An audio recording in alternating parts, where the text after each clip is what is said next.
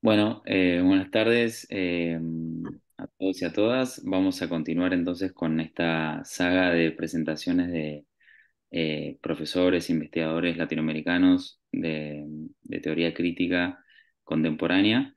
En este caso vamos a conversar con Camilo Sembler, que actualmente bueno, él es sociólogo, magíster en filosofía política por la Universidad de Chile y actual director de la carrera de Sociología de la Universidad Alberto Hurtado de Chile. Él se doctoró en filosofía en la Universidad Goethe de Frankfurt bajo la dirección de Axel Honneth y sus principales áreas de investigación son teoría social y sociología política, familias, vida doméstica y políticas públicas. Actualmente dirige el proyecto Fondesit Iniciación, titulado El Hogar Democrático Hoy en Chile, Experiencias de Injusticia en la Cotidianidad Doméstica, eh, que bueno, que está medio como ya terminando, te entiendo Camilo, y bueno, él es autor de un libro publicado en Alemania como fruto de su trabajo de investigación doctoral, Soziales Leiden, Zweite Natur, unsere Freiheit, en el que seguramente habrá trabajado algunas de las cuestiones que hoy nos presenta en castellano. Así que bueno, Camilo, muchas gracias por haberte prestado esta modalidad virtual. La idea era un poco hacerla un encuentro más cercano cuando estabas en Buenos Aires, pero por cuestiones que nos excedían no lo pudimos materializar, así que vamos por esta vía. Así que bueno, te dejamos la palabra a vos y te escuchamos si querés. Perfecto. Muchas gracias, Agustín, Santiago, ¿cierto? Todos quienes nos acompañan, ¿cierto? Por la invitación, por este espacio, ¿cierto? Que, claro, hubiese sido, va a tener otra dinámica quizá la presencialidad, pero creo que puede ser igualmente provechoso. También para mí es muy provechoso poder presentar este trabajo, ¿cierto? Que es un trabajo eh, que yo desarrollé hace algún tiempo, apareció hace poco publicado, ¿cierto? Pero un tema, sobre todo lo que voy a mencionar como hacia el final, en el cual sigo trabajando, ¿ya? Este es un tema que yo trabajé hace algunos años, ¿cierto? Un poco para situar un poco la trayectoria de cómo llegué a esta discusión. Como dijo Agustín, ¿cierto? En la presentación yo hice una investigación doctoral, ¿cierto? Que después apareció como un libro, ¿cierto? Principalmente en torno al concepto de sufrimiento social, ¿ya? En la teoría crítica. Un intento de reconstrucción filosófica, ¿cierto? Del concepto de sufrimiento social, ¿ya? Y la tesis que hay ahí, ¿cierto? Es que la teoría crítica identifica la idea de sufrimiento social y le da, si se quiere, una cierta relevancia filosófica en relación con el problema de la libertad, ¿ya? ¿Cierto? El hilo que intenté recorrer en la teoría crítica, ¿cierto? Era la idea que para hablar de sufrimiento social, la teoría crítica recurre a distintas nociones de libertad, de tal manera que el sufrimiento social siempre alude a una cierta pérdida de libertad. Esa es como la tesis que recorre el libro, ¿cierto? Pero a mí me interesaba mucho, sobre todo cuando partí la investigación, cuando partí la investigación doctoral, ¿en qué sentido la teoría crítica, además de servir para reconstruir una tradición intelectual, ¿cierto? ¿Qué es lo que la teoría crítica entiende como sufrimiento social? Eh, ¿Cuáles son los conceptos de libertad que pone en juego? Me interesaba bastante también en qué sentido esas discusiones de la teoría crítica podían servir para pensar o repensar, ¿cierto? Ciertos debates actuales políticos, ciertos problemas políticos contemporáneos. Y mi apuesta era, y creo que, y lo digo porque, claro, en la estructura de un artículo como el que apareció hace poco se pierde como esa motivación más contextual. Mi apuesta tenía que ver con el problema de los derechos sociales, ¿cierto? Que es lo que voy a presentar ahora, ¿ya? Y particularmente porque en ese momento, cuando yo comencé la investigación, y creo que hasta ahora es muy marcado, pero en ese momento, particularmente en el contexto chileno, era muy marcado, había una crítica muy fuerte a los derechos sociales en nombre de la libertad. ¿Ya? ¿Cierto? De algún modo lo que se decía, en ese momento, piensen ustedes, la sociedad chilena en las últimas décadas, ¿cierto? Ha vivido un contexto muy marcado de movilizaciones sociales, ¿cierto? Particularmente el derecho a la educación, ¿cierto? Aparecía en la esfera pública como una demanda muy fuerte, y quienes objetaban, ¿cierto?, el derecho a la educación, particularmente a la educación gratuita, decían de algún modo que el derecho a la educación estaba en contradicción con la libertad, ¿cierto? Con la libertad que tienen los individuos, particularmente en el mercado. ¿ya? Entonces, había una tensión muy fuerte entre derechos sociales y libertades, que creo que algo de lo que voy a presentar ahora muestra que eso no solamente algo contextual del caso chileno, sino más bien que una posición muy arraigada en la teoría política. Entonces, a mí lo que me interesaba, ¿cierto?, era llevar toda esta discusión histórico-filosófica, si se quiere, del problema del sufrimiento social, ¿ya?, su relación con la libertad, hacia repensar los derechos sociales. ¿Cuál es la relación que guardan los derechos sociales con el problema de la libertad? Entonces, ese es como el camino largo eh, de la investigación, ¿cierto? Yo tenía, cuando comencé a hacer la investigación doctoral, mi problema era precisamente los derechos sociales y la libertad, ¿ya? Eh, y a poco andar, como siempre pasa en las investigaciones, se fue abriendo todo este problema del sufrimiento social, ¿cierto?, que era como un lugar intermedio. La investigación doctoral terminó siendo, en su gran contenido, ¿cierto?, en el grueso del libro que aparece después, una reconstrucción sistemática, ¿cierto?, filosófica del concepto de sufrimiento social, ¿cierto? Pero hacia el final, y eso es lo que trabajé después, y que voy a comentar ahora, aparece este rendimiento en un debate actual de la teoría política, esto que tiene que ver con el problema de los derechos sociales, ¿no? Bueno, voy a compartir una presentación, ¿cierto?, que es bien sencilla, es básicamente como una forma de ir siguiendo el argumento, ¿cierto?, para que no sea tan pesado quizás como el formato, ¿no? Entiendo que ahí se está mostrando. Bueno, lo que voy a comentar, ¿cierto?, lo organicé en cuatro grandes puntos, ¿cierto?, que son los puntos de la presentación, ¿cierto? El primero es cuál es el lugar que tienen los derechos sociales hoy día en los debates contemporáneos, ¿cierto?, en los debates contemporáneos de la filosofía política o de la teoría política. En segundo lugar, una caracterización de desde donde después voy a repensar el lugar de los derechos sociales, que es la teoría del reconocimiento, y particularmente, qué es lo que la teoría del reconocimiento, en la versión, ¿cierto?, que ha formulado Verjones, ¿cierto?, puede permitir pensar sobre el problema de la injusticia social, ¿ya? Desde ahí, ¿cierto?, voy a pasar al tercer punto, que es cómo desde la misma teoría del reconocimiento de Jonet se articulan ciertas justificaciones de los derechos sociales, ¿cierto? Si bien, como voy a mostrar, no es un problema que Jonet mismo desde la teoría del reconocimiento haya abordado de manera sistemática, no un foco de su teoría construir una justificación de los derechos sociales, sí aparecen ciertas justificaciones que recurren a distintos, y eso es lo que a mí me interesaba, ¿no es cierto?, a distintas formas de entender el problema de la libertad. Para la teoría de Jonet aparece esta relación entre derechos sociales y libertad. A partir de una crítica de ciertos límites de esas justificaciones que ofrece la propia teoría de Jonet, hacia el final, ¿cierto?, intento esbozar, como dice acá, una justificación alternativa que recurre a otro concepto de la teoría de Jonet, que es más reciente, ¿cierto?, en el último momento de la teoría de Jonet, ¿cierto?, que es el concepto de libertad social. Entonces, al final la propuesta intenta pensar cuál es la relación que habría entre, o que pudiese existir, ¿cierto?, entre lo que Jonet llama libertad social y los derechos sociales. Entonces, esa es la estructura general del argumento que voy a comentar. Partir entonces por decir algo sobre el lugar de los derechos sociales en los debates contemporáneos, ¿cierto?, en la teoría política o en la discusión política contemporánea.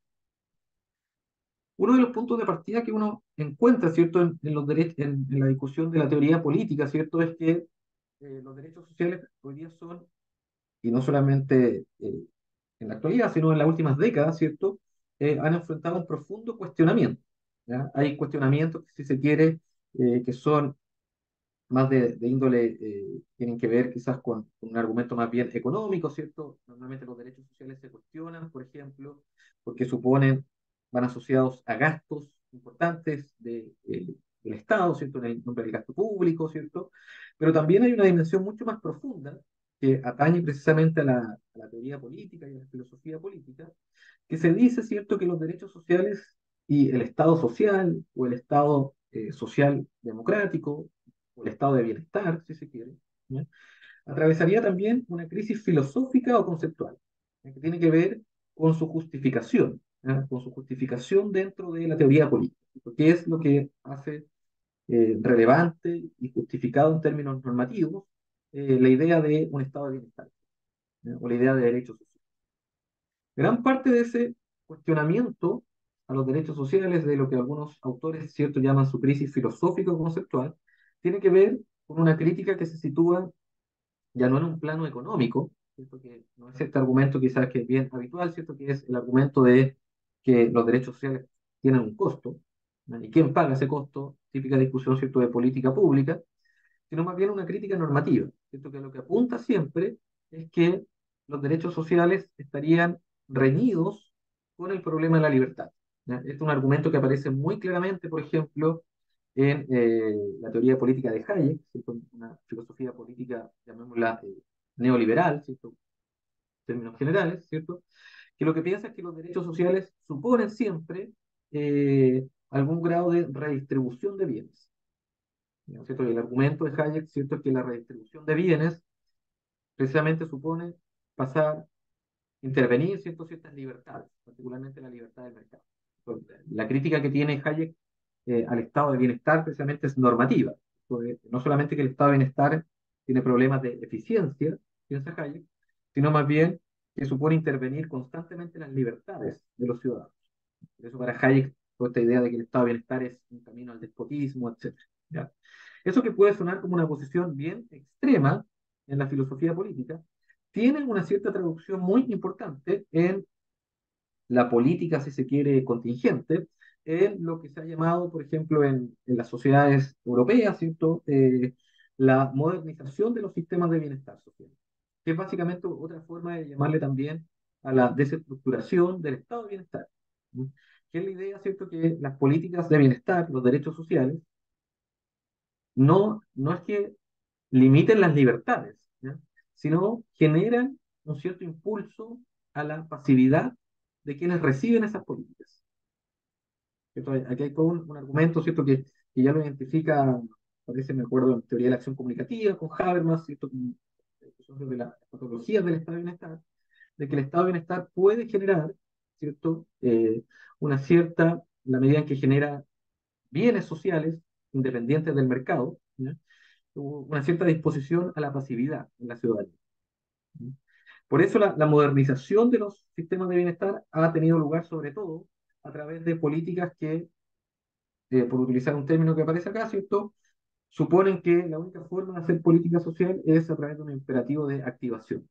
¿Ya? Es decir, que hay que evitar, básicamente, entregar a la ciudadanía bienes sociales sin condiciones, sino que hay que activarlos, que puede ser de distintas formas, ¿cierto? Que aparecen todo lo que en América Latina hemos conocido también eh, como las transferencias condicionadas, ¿cierto? Que generan un impulso de activación. ¿Ya? Lo que hay de fondo, ¿cierto?, es una cierta sospecha de que eh, los derechos sociales atrofian la autonomía de los individuos. Ahora bien, si uno lo mira en un sentido más histórico, ¿cierto? El lugar de los derechos sociales es problemático no solamente en las últimas décadas, sino más bien lo que uno puede encontrar es que los derechos sociales tienen un déficit histórico de fundamentación, es decir, es un problema de larga data. Particularmente hay dos elementos que yo he identificado, ¿cierto? Mis argumentos son relevantes para entender cómo este lugar más problemático de los derechos sociales. El primero, ¿cierto?, es que un argumento muy clásico en la teoría política es que los derechos sociales serían históricamente tardíos, es decir, que serían posteriores a los derechos civiles, ¿cierto?, y a los derechos políticos. ¿Ya? Una suerte de cronología de los derechos. ¿Cierto? Un argumento muy conocido acá es el texto de Thomas Marshall, ¿cierto?, sobre ciudadanía y clase social. Un texto fundamental para entender la idea de ciudadanía social. ¿No? Y lo que construye Marshall ahí es una cronología, ¿cierto? Que de algún modo en el siglo XVIII surgieron los derechos civiles, ¿cierto? En el siglo XIX surgen los derechos políticos y los derechos sociales serían del siglo XX, con el estado de bienestar. ¿No? ¿Cuál es la importancia que tiene esa cronología? ¿Cierto? Que de algún modo lo que explica, lo que conduce a una cierta posición, ¿cierto? Que si los derechos sociales recién surgieron en el siglo XX y la democracia es muy anterior, ¿cierto? Puede existir una sociedad democrática sin derechos sociales. Entonces, los derechos sociales son posteriores, son un añadido a los derechos democráticos, ¿cierto? Las libertades civiles y a los derechos políticos que surgen en el siglo XX. ¿No? Por cierto, hay toda una controversia histórica también aquí, hay posiciones contrarias a este argumento, ¿cierto? Que intentan mostrar que los derechos sociales en verdad se formalizan en el siglo XX, pero que son, tienen una historia mucho más larga, ¿no? Pero el argumento canónico, ¿cierto? Que uno puede encontrar en la literatura es más bien esta cronología, ¿cierto? Que identifica que los derechos sociales son los últimos en surgir, ¿ya? Y el argumento más normativo, si se quiere, es precisamente que en la teoría política es muy común encontrar eh, una distinción muy fuerte entre que existirían derechos que defienden las libertades de los ciudadanos, ya sean las libertades civiles, los derechos de libertades privadas, y derechos de libertades políticas, de participación política, ¿no? Frente a otros derechos que estarían asociados directamente al valor de la igualdad, no serían los derechos sociales, ¿no? Entonces, aquí opera una suerte de dicotomía en nombre de los valores, ¿cierto? La libertad se asocia a un tipo de derechos y la igualdad particularmente a los derechos sociales, ¿no? Eso hace entender muchas veces, por ejemplo, que los derechos sociales se asumen más bien únicamente como reclamaciones políticas. De algún modo, normalmente los derechos sociales han estado movilizados por demandas de movimientos sociales, de protestas, y que los derechos sociales serían reclamos políticos de igualdad, ¿no? Pero que las libertades básicas se mueven, ¿cierto?, en los derechos civiles y en los derechos políticos, ¿no? Eso genera, ¿cierto?, un cierto problema político, que es de algún modo el problema político que a mí me interesa intentar pensar desde la teoría del reconocimiento, que si los derechos sociales son secundarios, ¿cierto?, al problema de la libertad, son un agregado, si se quiere, ¿ya? Pareciera ser entonces que los derechos sociales pueden ser restringidos sin vulnerar libertades democráticas. Es decir, que una sociedad puede ser democrática sin necesidad de tener un compromiso robusto con los derechos sociales, que bastaría de algún modo garantizar aquellos derechos de libertad, ¿ya? Esto no solamente es una posición en la teoría política, uno lo puede encontrar, ¿cierto?, en las controversias públicas, ¿no? Por ejemplo, no sé, cuando un Estado, ¿cierto?, restringe una libertad política, el derecho al voto, ¿cierto?, de inmediato aparece la alarma sobre que sería una sociedad con un riesgo en su democracia, ¿ya? No así, por ejemplo, cuando una sociedad restringe derechos sociales, ¿cierto? Nuestra idea de democracia no funciona diciendo que una sociedad que restringe derechos sociales, ¿cierto?, o que mercantiliza bienes sociales, es una sociedad menos democrática, ¿no? De algún modo opera también esa distinción, ¿no? Lo que a mí me interesa pensar, ¿cierto?, y creo que la teoría del reconocimiento es un lugar para pensar eso, eh, que los derechos sociales son también defendibles y argumentables en nombre de las libertades. De tal forma que una sociedad democrática que tiene, por definición, ¿cierto?, un compromiso con las libertades de los ciudadanos, debiese defender también los derechos sociales. Ese es de algún modo el argumento. Para eso, ¿cierto? Para llegar a defender ese punto, ¿cierto? Que es un punto normativo, político, si se quiere, pienso que la teoría de la injusticia social, tal como aparece en la teoría del reconocimiento de Axel Honneth, puede ser un camino interesante de entrada, ¿cierto?, para pensar la relación entre derechos sociales y libertad, ¿no? ¿Por qué? Porque precisamente la teoría de la justicia social que ha elaborado Honneth, ¿cierto?, sostiene que para la idea de justicia social en las sociedades modernas es central el valor de la libertad. ¿Cierto? Aquí yo puse una cita, ¿cierto?, que es una cita de El derecho a la libertad de Honneth, ¿cierto?, el libro El derecho a la libertad, que es una cita bien interesante y en algún grado yo diría bien polémica, ¿ya? Porque lo que plantea Honneth aquí es que todas las concepciones de justicia que existen en la época moderna hacen alusión a la autonomía del individuo, se relacionan con el problema de la libertad. Dice Honneth, en la sociedad moderna, dice, es posible justificar de manera pública una exigencia de justicia únicamente cuando de una u otra manera hace alusión a la autonomía del individuo. No es la voluntad de la comunidad, tampoco el orden natural, sino la libertad individual, aquello que constituye el pilar normativo de todas las concepciones de justicia, ¿ya? De algún modo, la apuesta que tiene Honneth, que es bien clara en su obra posterior, ¿cierto?, es que las distintas concepciones de justicia tienen siempre que ver con el valor de la libertad individual, ¿ya? Que el problema de la libertad individual, si se quiere, no es únicamente exclusivo del liberalismo, ¿ya? Por eso el énfasis que va a tener posteriormente Honneth, ¿cierto?, como ustedes quizás saben, ¿cierto?, es esta reconstrucción del socialismo en nombre de la libertad. como una idea de que el socialismo sería una concepción que también está vinculada fuertemente, y sobre todo, al valor de la libertad. Ahora bien, en la propia teoría de Jones, este énfasis en la libertad para pensar el problema de la justicia social no ha sido llevado de manera sistemática, ¿cierto? Sino de manera solo parcial, a pensar el problema de los derechos sociales. ¿Ya? No, no es un objeto de atención sistemática dentro de la teoría de Jones el problema de los derechos sociales. ¿Ya? Lo que voy a intentar hacer, ¿cierto? Lo que sigue, ¿cierto? Es intentar precisamente elaborar ese argumento. ¿En qué sentido la teoría de Jones, que asume, ¿cierto? Esta centralidad del valor de la libertad, nos puede servir para articular una defensa, ¿cierto?, de los derechos sociales, una defensa más robusta de los derechos sociales. ¿Ya? La clave para entender ese argumento, ¿cierto?, está en pensar desde la propia teoría del reconocimiento cuál es la relación que la teoría del reconocimiento asume entre experiencias de injusticia, ¿cierto?, y el problema de la libertad. ¿Cómo se relacionan esas dos dimensiones?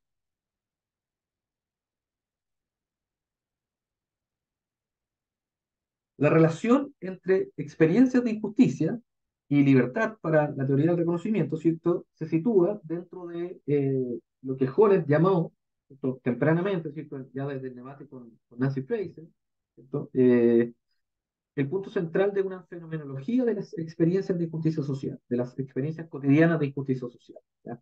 Como ustedes deben saber, me imagino, quizás la mayoría se han familiarizado al menos con unas ideas centrales de la teoría de Hobbes, ¿cierto? Lo que Jones llama experiencias de humillación moral o menosprecio, ¿cierto? Que son aquellas formas de privación o negación injustificada de reconocimiento. ¿Ya? Es el contenido de algún modo de las experiencias de.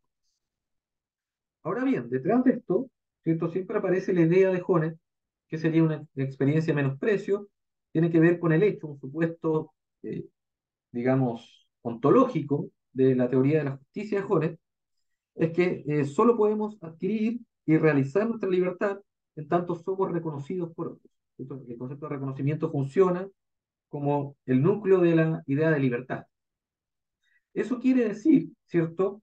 Y eso es lo que a mí me interesa como centro del argumento, que para la teoría del reconocimiento, las experiencias de menosprecio, es decir, las experiencias cotidianas de injusticia, representan experiencias socialmente producidas, inducidas, de pérdida de libertad.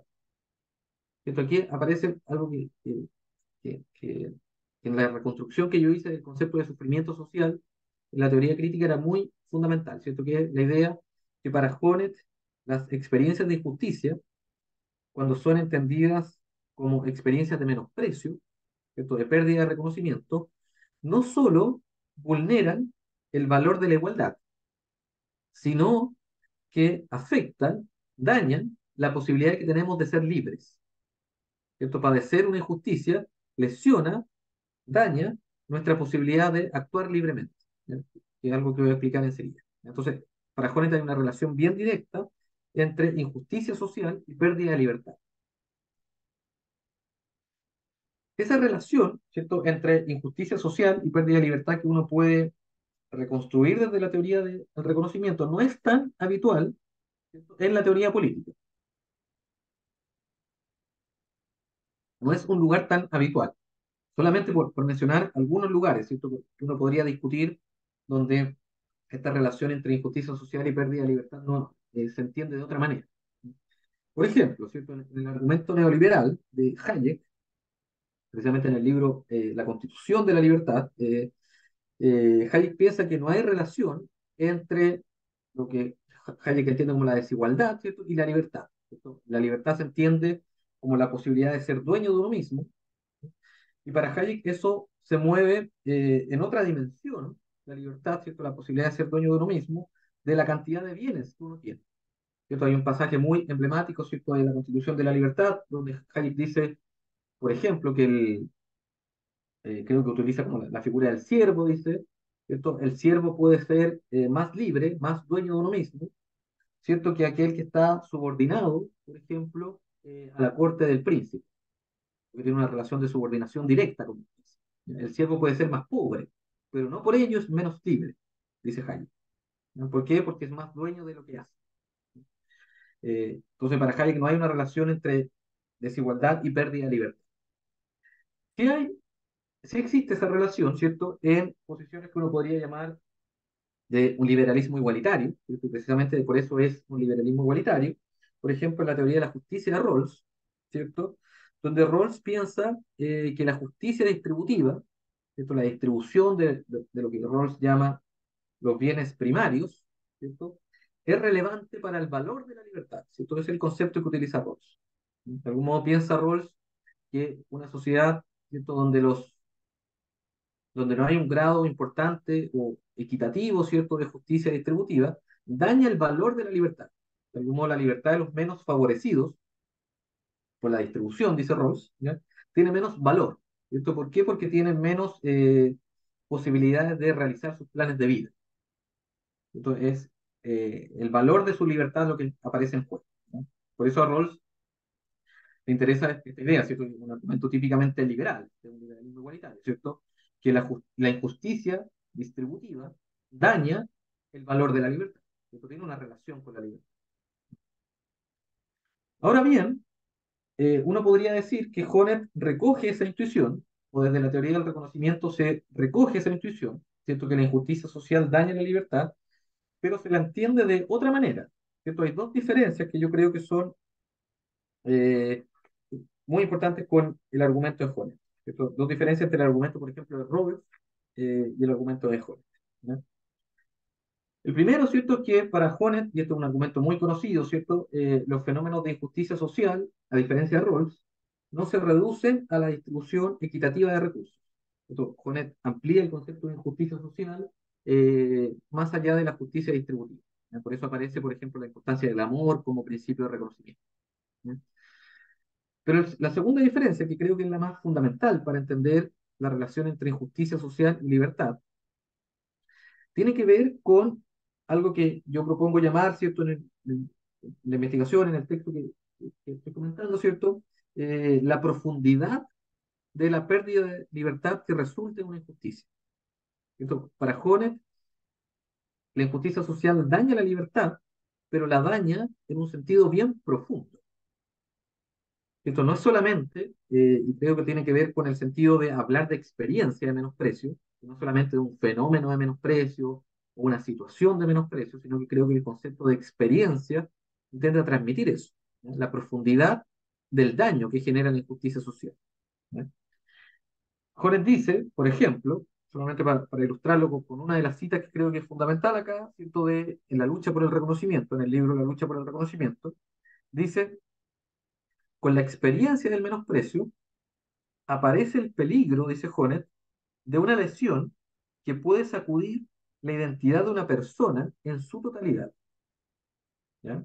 Eh, yo creo que aquí hay un punto que diferencia de manera muy relevante lo que uno puede encontrar en un argumento de estilo Rawls, ¿cierto? De algún modo que piensa que los menos favorecidos tienen menos oportunidades para realizar su libertad. Entonces tienen menos oportunidades de acción. ¿Ya?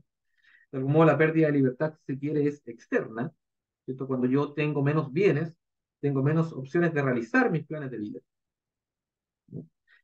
Y el argumento de Jones más bien es que la injusticia social genera una, un daño subjetivo. No solamente que yo pueda hacer menos cosas, sino que la relación que tengo conmigo mismo aparece distorsionada, ¿cierto? La idea que Jones utiliza, ¿cierto? La idea de menosprecio también como un daño subjetivo, ¿ya? Aquí yo creo que adquiere su relevancia, ¿cierto? Porque la experiencia de menosprecio también, ¿cierto?, como otros autores han reconstruido, ¿cierto? Por ejemplo, Emmanuel Renaud, ¿cierto? La idea de experiencia de menosprecio alude a un sufrimiento, ¿ya? ¿Cierto? La experiencia de injusticia genera un daño subjetivo. Entonces, hay una profundidad, si se quiere, subjetiva en la experiencia de injusticia social, según Hobbes, ¿cierto? Las expectativas de reconocimiento, entonces, podríamos pensar, desde la teoría del reconocimiento, son expectativas de un trato igualitario. ¿Cierto? De algún modo, cuando tenemos expectativas de reconocimiento, esperamos ser tratados en condiciones de igualdad. Pero al mismo tiempo, el reconocimiento describe ciertas precondiciones para ser libres. Entonces, la idea de reconocimiento, si se quiere, en Jones, en mi lectura, ¿cierto? reúne esos dos valores, ¿cierto? Las relaciones de reconocimiento suponen distintas formas de entender la igualdad, ¿cierto? Por ejemplo, en la lucha por el reconocimiento, en las dimensiones del derecho, el amor, la solidaridad, ¿no? Pero también a través del reconocimiento adquirimos ciertas dimensiones que son básicas para actuar libremente, ¿cierto? En la lucha por el reconocimiento, esas dimensiones para Hornet son esas dimensiones subjetivas, ¿cierto? Son la autoconfianza, el autorrespeto y la autoestima, ¿cierto? Que se relacionan, para no entrar en ese detalle, ¿cierto? Con los tres principios de reconocimiento, ¿cierto? Autoconfianza con el amor, el autorrespeto con el derecho y la autoestima con el principio de reconocimiento de la solidaridad. ¿Ya? Lo que me interesa particularmente de este argumento, ¿cierto? Es que para Hornet las experiencias de injusticia social suponen un daño profundo en la libertad. ¿Cierto? ¿Por qué? Porque lesionan esas dimensiones más básicas de la subjetividad. Esto se puede ilustrar, ¿cierto? Y con esto paso ya al tercer punto del argumento. Eh, Cuando Honet, ¿cierto? En la lucha por el reconocimiento, particularmente en el debate con Nancy Fraser, intenta describir en qué consisten las experiencias de privación de derechos. Es decir, cuando dirige la mirada hacia ese principio de reconocimiento que son los derechos.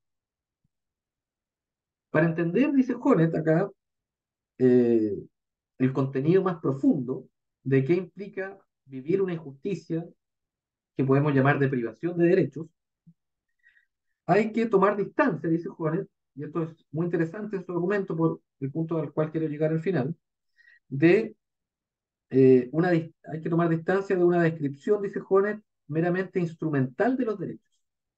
Es decir, Jonet cree que esta es una posición lo dice, por ejemplo, en el debate con Nancy Fraser, ¿cierto?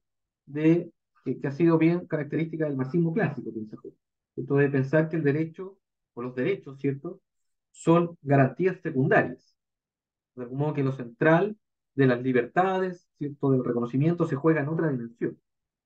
¿Ya? Y que los derechos tienen un valor instrumental. Permiten hacer cosas o no las permiten. Más bien, dice Juanet, hay que pensar en el derecho, y esto es una cita, ¿cierto?, de precisamente uno de los textos que está en el debate con Nancy Fraser, los derechos serían eh, una fuente independiente y original de reconocimiento. En tanto, son fuentes de autorrespeto. ¿Cierto? El argumento aquí de Juanet, como quizás ustedes saben, ¿cierto?, es que cuando yo reconozco de algún modo los derechos de alguien, estoy reconociendo de manera implícita el valor moral de su voluntad. ¿Cierto? Entonces, de algún modo, estoy generando las precondiciones del autorrespeto. ¿Cierto? Por ilustrarlo de manera simple, ¿cierto? El derecho al voto, ¿cierto? No solamente permite la acción de votar, ¿ya? Sino que al mismo tiempo es señal de que yo reconozco un valor en la voluntad de ese sujeto, ¿cierto? De tal forma que se genera una práctica de autorrespeto, ¿cierto? El sujeto se relaciona consigo mismo en nombre del valor de su voluntad. Esto siempre aparece el problema del reconocimiento como la relación que genera el sujeto consigo mismo. Es claro esto entonces, dicho, volviendo al problema de las experiencias de injusticia, ¿cierto? Es claro entonces que cuando vivimos situaciones de privación de derechos civiles y políticos, lo que se nos privan son libertades. ¿Cierto? Por ejemplo, el mismo caso, el argumento que recurre Jonet en varios lugares en este momento de su obra, ¿cierto? Es el argumento histórico de la privación del derecho a voto para las mujeres. ¿Ya? De algún modo, la privación del derecho a voto a las mujeres es una experiencia de injusticia, ¿cierto? En el sentido que impide hacer una acción, votar, ¿ya? En ese sentido daña la igualdad de la ciudadanía, pero es una experiencia de injusticia que podemos llamar menosprecio, humillación, en el sentido también que muestra de manera implícita que la voluntad política de las mujeres no cuenta, ¿ya? Y por eso lesiona el autorrespeto. Esto supone un daño en la libertad de manera bien profunda. Ahora bien, ¿cierto? Todos los ejemplos, particularmente, recurren a este momento para ilustrar las experiencias de injusticia asociadas a la privación de derechos, particularmente los derechos políticos, ¿ya? Pero no han sido tratados, ¿cierto?, de manera similar los derechos sociales. Es decir, no aparece de manera clara o explícita en la teoría de Jones, ¿cuál sería la injusticia que se comete cuando una sociedad priva de derechos sociales? ¿Ya? ¿Cuál es el resultado de eso? De algún modo, la tesis fuerte es que la injusticia tiene que ver siempre con una pérdida de libertades. ¿Sí? Pero los derechos sociales no han sido tratados, hasta ahora al menos, ¿cierto?, en Jones de la misma manera sistemática. Sin embargo, aparecen, ¿cierto?, dos modelos de justificación. ¿Cierto? No es que la teoría de Jones no haya pensado el problema de los derechos sociales. Más bien, como voy a intentar mostrar, aparecen algunas tensiones en su argumento. Pero sí hay dos modelos de justificación de los derechos sociales en la teoría de Jones, que son bien interesantes porque suponen dos entradas distintas. El primer modelo, ¿cierto?, es un modelo que uno puede reconstruir a partir del texto de la lucha por el reconocimiento y otros escritos que son inmediatamente posteriores a la lucha por el reconocimiento, particularmente los textos que están incluidos en el debate con Nancy Fraser. ¿Ya? En este momento, ¿cierto? Jonet, si uno mira bien o mira el detalle de lo que dice ahí sobre los derechos sociales, que son lugares bien particulares, como digo, no es una justificación sistemática, pero lo que aparece sobre los derechos sociales está construido a partir del modelo de Habermas, particularmente en facticidad y validez, donde Habermas, ¿cierto? Como quizás ustedes conocen, ¿cierto? Habla o define lo que define como el moderno sistema de derechos, donde Habermas piensa participar particularmente en los derechos civiles y en los derechos políticos. Piensa Habermas, ¿cierto?, que los derechos civiles se vinculan a la defensa de la dimensión privada de la autonomía, las libertades privadas de los ciudadanos, sobre la libertad de expresión, la libertad de conciencia, etcétera. Y los derechos políticos refieren, ¿cierto?, a la autonomía pública, las libertades políticas, ¿cierto?, las libertades de participación pública, ¿ya? Y que son recíprocos, ¿cierto? De algún modo que una sociedad democrática supone esos dos tipos de derechos.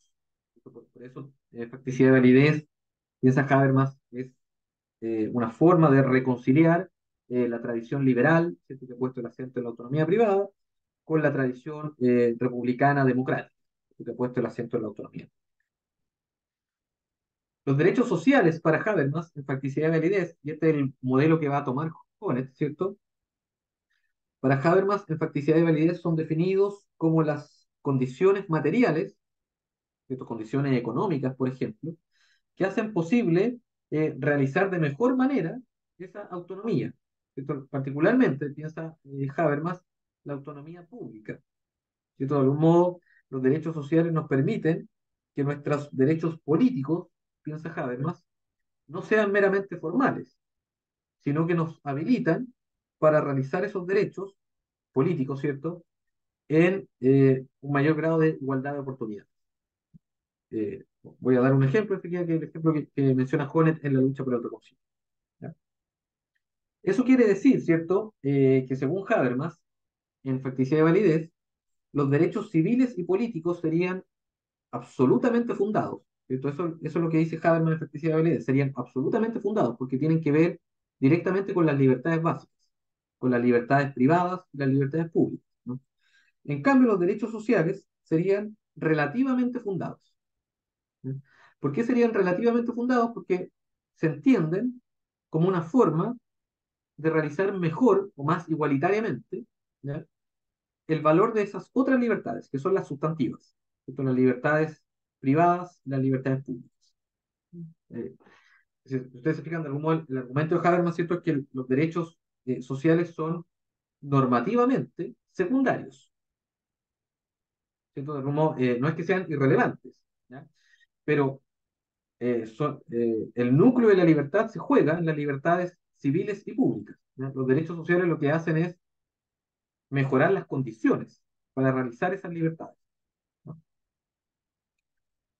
Colet recoge este argumento de manera muy clara, creo yo, en la lucha por el reconocimiento y los textos que circulan en este primer momento, cuando dice, por ejemplo, que sin un cierto grado de condiciones sociales de vida y seguridad económica, ¿cierto?, aquello que nos entregan los derechos sociales, no es posible una activa realización de las libertades fundamentales. Es decir, los derechos sociales se entienden en relación con mejorar las condiciones de esas libertades. Por ejemplo, y este es el ejemplo que menciona Horace, ¿no? Entre los derechos sociales. Horace entiende que el derecho a la educación, por ejemplo, se introduce en las sociedades para garantizar un ejercicio igualitario de los derechos ciudadanos o la plenitud de pertenencia en la ciudadanía.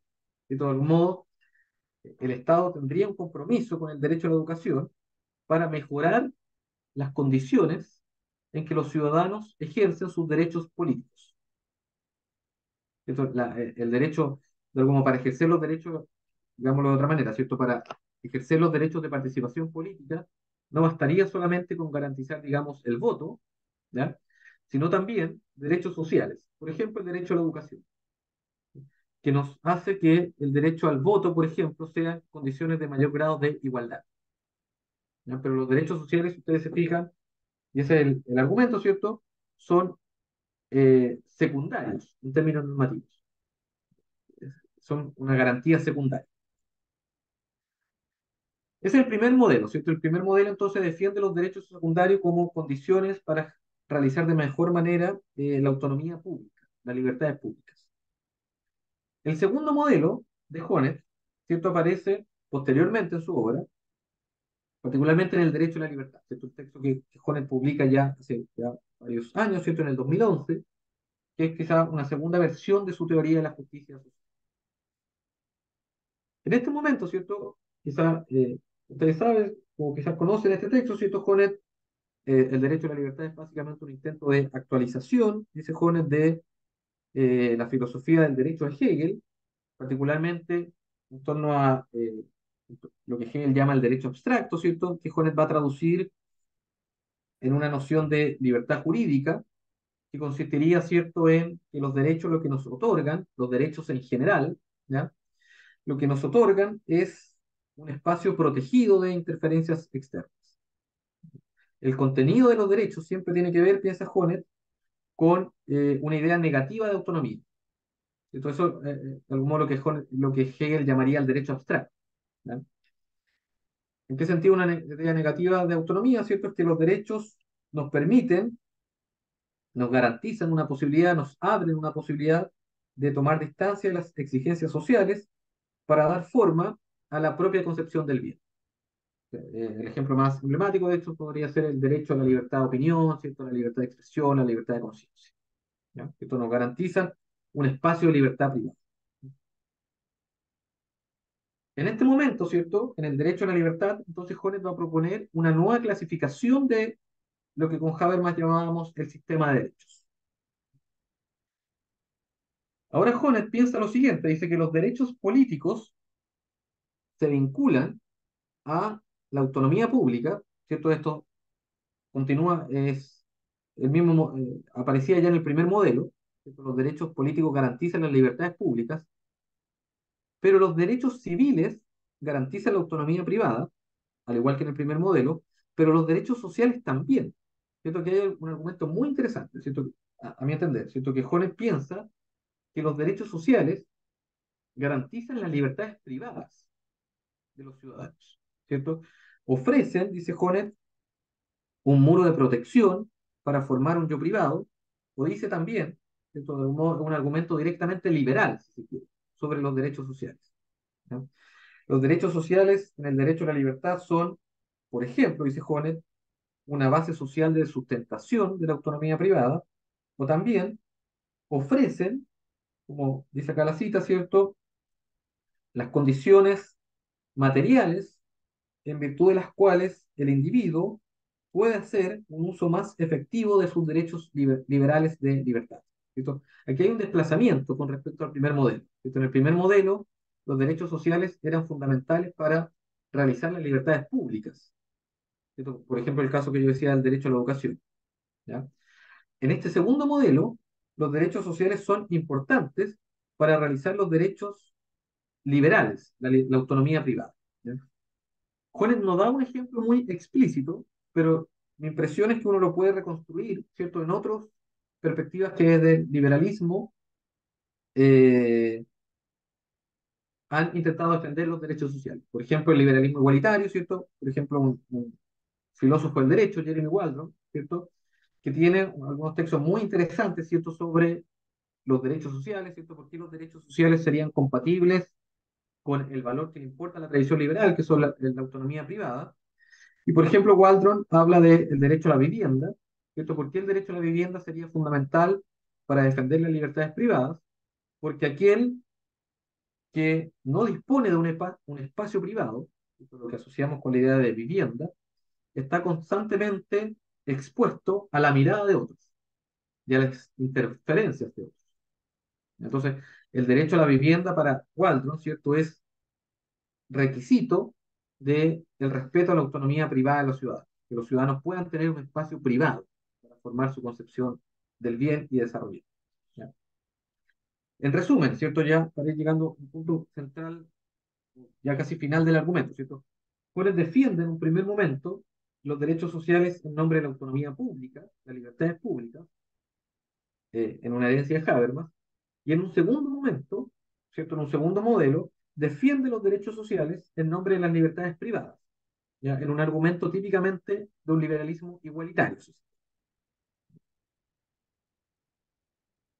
Dicho eso, ¿cierto? Mi impresión es que uno puede obtener un balance de ambos modelos, ¿cierto? ¿Cuáles son las ventajas, si se quiere, o las desventajas de toda esta reconstrucción que he intentado hacer durante este rato, ¿cierto? Durante esta exposición, ¿ya? La ventaja, yo creo, ¿cierto?, es que la teoría del reconocimiento intenta reconciliar a los derechos sociales con el valor de la libertad. Esto para Jonet es claro en el primer modelo, que los derechos sociales permiten realizar las libertades públicas, y en el segundo modelo, que los derechos sociales permiten realizar las libertades privadas. ¿Ya? No, los derechos sociales no son extraños al valor de la libertad, sino que tienen una relación muy directa. Ahora bien, ¿cierto? Creo, sin embargo, que ambos modelos, si bien avanzan en reconciliar a los derechos sociales con la importancia del valor de la libertad, ¿ya?, tienen algunos problemas. Particularmente el problema, creo, que todavía replican la dicotomía normativa entre derechos sustantivos de libertades, los derechos civiles, políticos, y derechos asociados más bien con la igualdad, como serían los derechos sociales. Es decir, la teoría de Jones sigue o continúa o replica, ¿cierto?, la idea de que las libertades de los ciudadanos tienen que ver con los derechos civiles que tengamos y con los derechos políticos, y que los derechos sociales tienen que ver con la igualdad de esas libertades. Esto por eso dice Jonet, por ejemplo, los derechos sociales serían una prestación adicional, un agregado, ¿sí? Un agregado muy importante, que permite que las libertades sean más igualitarias, ¿eh? Pero tienen que ver con la igualdad. En suma, ¿cierto? Y este es el segundo problema más sustantivo, ¿cierto?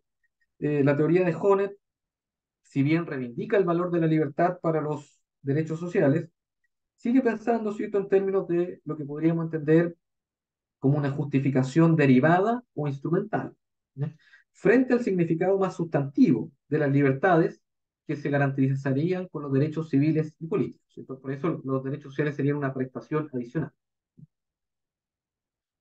¿Cuáles son, creo yo, cierto, algunas consecuencias críticas o implicancias problemáticas, cierto, de esa lógica? En primer lugar, creo, cierto, que esa lógica de entender los derechos sociales entra en tensión eh, con el planteamiento original de la teoría de Jonet, ¿cierto? Que, como yo decía, Jonet intenta en su origen marcar una distancia del marxismo, particularmente, o de su lectura del marxismo, cuando dice que los derechos no serían solamente instrumentos, sino que tendrían siempre un valor en sí mismos. Lo interesante es que pareciera ser que aquí hay una tensión con el planteamiento de Jonet, porque aquellos derechos que tienen un valor en sí mismo pareciera ser que son los derechos civiles y políticos y no los derechos sociales. Los derechos sociales parecieran tener todavía un valor instrumental, ¿cierto? Porque están al servicio de los otros derechos, ¿no? En suma, ¿cierto? Mi impresión, ¿cierto?, es que Jonet, si bien, o la teoría de Jonet, si bien logra avanzar un paso en reconciliar a los derechos sociales con la libertad, todavía ofrece una justificación que podríamos decir es normativamente débil de los derechos de bienestar o seguridad social. ¿Por qué? Porque los derechos sustantivos de libertad siguen siendo los derechos civiles y políticos. Entonces, los derechos sociales se agregan como condiciones de mayor igualdad. Por eso, ¿cierto? Pienso, y con esto ya paso al último punto, que es posible avanzar desde la propia teoría de Hornet, ¿cierto? Hacia una justificación alternativa o más robusta de los derechos sociales. Creo que una clave, ¿cierto? Que no está explorada por el propio Hornet, ni creo haberla vista en otras aproximaciones, ¿cierto? O rendimientos que ha tenido la teoría de la justicia de Hornet, tiene que ver con el concepto de libertad social. Lo que es, ¿en qué sentido el concepto de libertad social podría permitir una aproximación más, una fundamentación más robusta de los derechos sociales? ¿Ya? Que no solamente diga que los derechos sociales están al servicio de los otros derechos, los derechos civiles y políticos.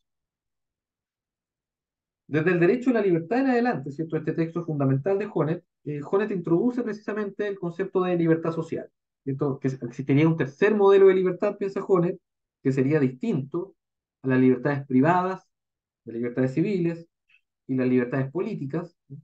Que sería la libertad social, ¿cierto? Que Honnet piensa que es el núcleo eh, de lo que Hegel habría llamado eticidad, ¿cierto? Que sería una experiencia distintiva de libertad cooperativa que Hornet asocia con las prácticas de reconocimiento y de reciprocidad, en la fórmula hegeliana, ¿cierto? Prácticas de un ser sí mismo en otro, que para Hornet tienen que ver con la libertad social.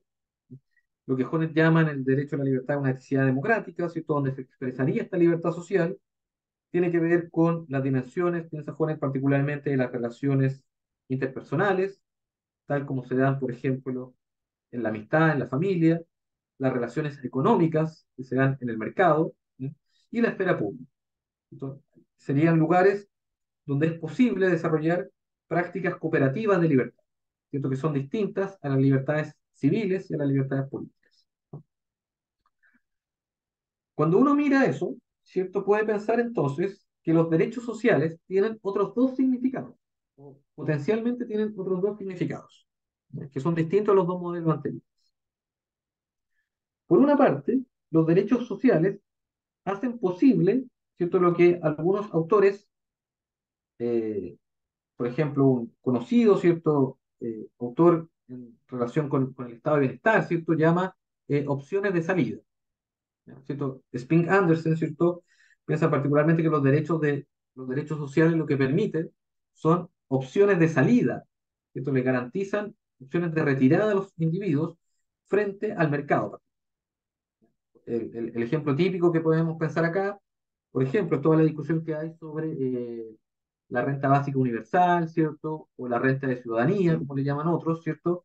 Que de algún modo que permite que los individuos no estén radicalmente expuestos a las coacciones del mercado. De algún modo, si yo tengo una renta, tengo una opción de salida, ¿sí? Y no estoy subordinado completamente al poder del mercado, ¿sí? Entonces los derechos sociales permitirían una salida, ¿cierto?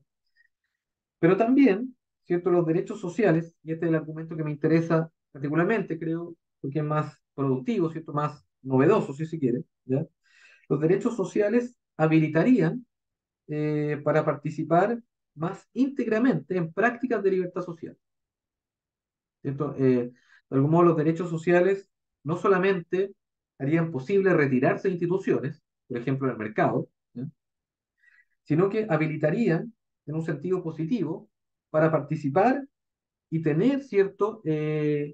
Experiencias cooperativas de libertad social, ¿cierto? Aquello que Jones llama libertad social, ¿cierto? Los derechos sociales entonces tendrían un valor inmanente o intrínseco, ¿cierto? En el sentido que nos abren más opciones para disfrutar de esta tercera dimensión de la libertad, que Jones llama la libertad social. Solamente para cerrar, esto ya voy cerrando, ¿cierto? Uno de los ejemplos que yo trabajé en ese momento y que después he seguido trabajando, ¿cierto? Es como lo que investigo actualmente, ¿cierto? Tiene que ver con una esfera de libertad social en particular que menciona Jones en el derecho de la libertad, ¿cierto? Que es, de acuerdo al modelo hegeliano, ¿cierto? De la filosofía del derecho, una esfera bien clave, que es la esfera de la familia, ¿ya? Entonces, lo que voy a intentar decir aquí muy brevemente, ¿cierto? Es cómo uno podría pensar el significado que tienen los derechos sociales para esta esfera de libertad social, que es la familia, ¿ya? Según el argumento de Jones, que es una actualización, como decía, ¿cierto?, de el argumento hegeliano sobre la familia en la filosofía del derecho. ¿Ya? ¿Por qué la familia sería, ¿cierto?, según Jones, ¿cierto?, una esfera de libertad social? ¿Ya? Porque la familia descansa como institución en prácticas de mutuo afecto y atención, ¿cierto? Lo que Hegel llama precisamente el amor como principio, en tanto expectativa normativa. Esto es bien importante, ¿cierto? Según yo interpreto, ¿cierto? No es que Jones te esté diciendo que las familias por definición o siempre sean esto, sean fuente de atención y mutuo afecto, ¿ya? Sino más bien que la expectativa normativa que tenemos hacia lo que llamamos familia como práctica social tiene que ver con eso, que es distinta que la expectativa que tenemos hacia lo que llamamos mercado, hacia lo que llamamos Estado, etcétera. La expectativa normativa que atraviesa una institución como la familia, como las relaciones familiares, como las relaciones de pareja, las relaciones entre padres e hijos, ¿cierto? Tiene que ver con las dimensiones de la atención y el cuidado, esa forma de reciprocidad. ¿Ya? Ahora bien, que ese potencial normativo, esa promesa normativa que tiene esa esfera de libertad social, se pueda realizar o no, no depende, dice Jonet, únicamente de inclinaciones afectivas. ¿Cierto? La familia, ¿cierto? Las prácticas familiares sería un tipo de institución que está atravesada por el afecto, pero que se puede realizar ese potencial de prácticas de mutuo afecto y atención, ¿cierto? El principio del amor en Hegel, no depende únicamente de las inclinaciones afectivas de los individuos, sino que depende de las condiciones sociales en que se sitúan esas prácticas. ¿No? En ese sentido, ¿cierto? Uno podría pensar, ¿cierto? O argumentar, por ejemplo, eh, que los derechos de seguridad y bienestar social, por ejemplo, los derechos que tienen que ver con una regulación más igualitaria, ¿cierto?, de la relación entre trabajo y familia, habilitan, ¿cierto?, o mejoran las condiciones en que los individuos pueden realizar esas prácticas de libertad social en un ámbito como la familia. ¿Ya? Solamente para cerrar con un ejemplo quizás más ilustrativo, ¿cierto? Por ejemplo, uno podría pensar eh, derechos que resguardan el tiempo libre de las personas. ¿Ya? Los derechos que resguardan el tiempo libre, ¿cierto? Lo que garantizan en esta lectura, o la puerta que abre, es que tengamos mejores condiciones, ¿cierto? No es que lo garanticen por definición, pero mejores condiciones para vivir experiencias cooperativas de libertad. ¿Ya? De algún modo, si yo resguardo, le pongo un límite, por ejemplo, mucho más claro al trabajo, y abro más opciones de tiempo libre, estoy haciendo más posible que una sociedad viva experiencias cooperativas de libertad, ¿cierto? Que Jones llama libertad social. ¿Ya? Si esto fuese así, ¿cierto? Y ese es el argumento que a mí me interesa esbozar hacia el final, ¿cierto? Uno podría decir, ¿cierto?, que una sociedad democrática, ¿cierto?, que toma en serio la libertad de los ciudadanos, ¿ya?, debiese tener un compromiso mucho más robusto de lo que ha sido hasta ahora históricamente, ¿cierto?, con los derechos sociales. ¿Ya? Los derechos sociales, entonces, abren esta tercera dimensión de la libertad. Esto podría ser un camino para promover o hacer más posible que los individuos realicemos o participemos, ¿cierto?, en experiencias cooperativas de libertad. ¿Ya? Bueno, hasta ahí quería llegar, hablé bastante además, así que muy interesado de escucharles y comentar en lo que voy a dejar de compartir. Bueno, Camilo, muchas gracias por tu presentación.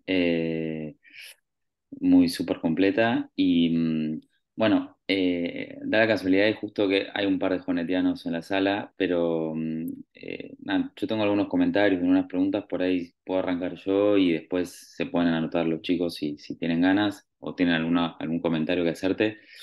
A mí me da la sensación como que digamos, como que a ver, pensando un poco tu lectura y tus intereses, ¿no? Como que es imposible no pensarlo, tu relectura de la perspectiva de Jonet situado en la sociedad chilena, ¿no?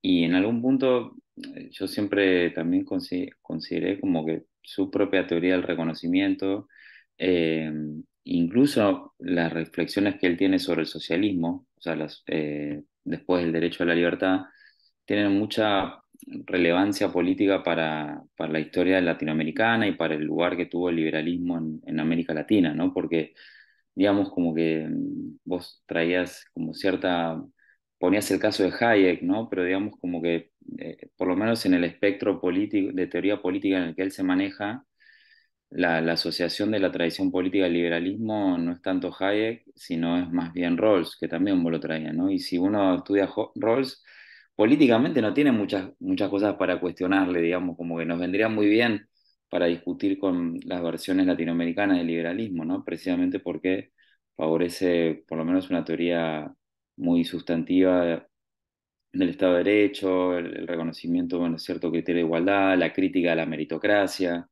esa ponderación, ¿no? De la idea de una justicia distributiva bueno, que es cierto que al mismo tiempo funcionó como un punto de cuestionamiento de muchas perspectivas de teoría crítica europeas, ¿no? Entonces, yo diría como que por un lado, toda tu discusión sobre el lugar, el estatuto constitutivo subsidia o como el estatuto de los derechos sociales, ¿no? Como un estatuto constitutivo o posterior o no sé cómo vos le llamabas, pero digamos así, menos sustantivo que los derechos liberales de libertad, parece que tiene una significación y una relevancia social e histórica que me parece que comparto 100%, ¿no? Y eso desde un punto de vista más del contexto en el que se habla y cuáles son los intereses del conocimiento.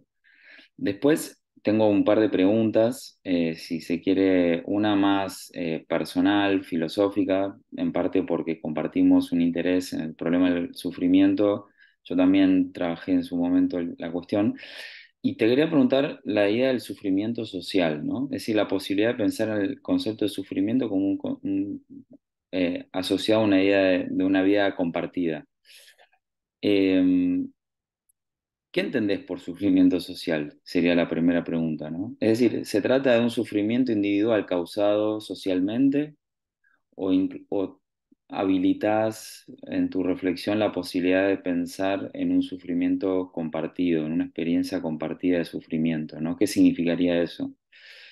Es más una pregunta personal porque es un tema que no tengo claro, pero al mismo tiempo me da la sensación de que muchos de los autores de la teoría crítica que le otorgan al sufrimiento un punto, como un lugar central, normativo y teórico, terminan en última instancia, entonces a la negativa de tu concepto de libertad social, terminan como asumiendo que la raíz última del sufrimiento es una experiencia intraducible, individual e intransferible, ¿no?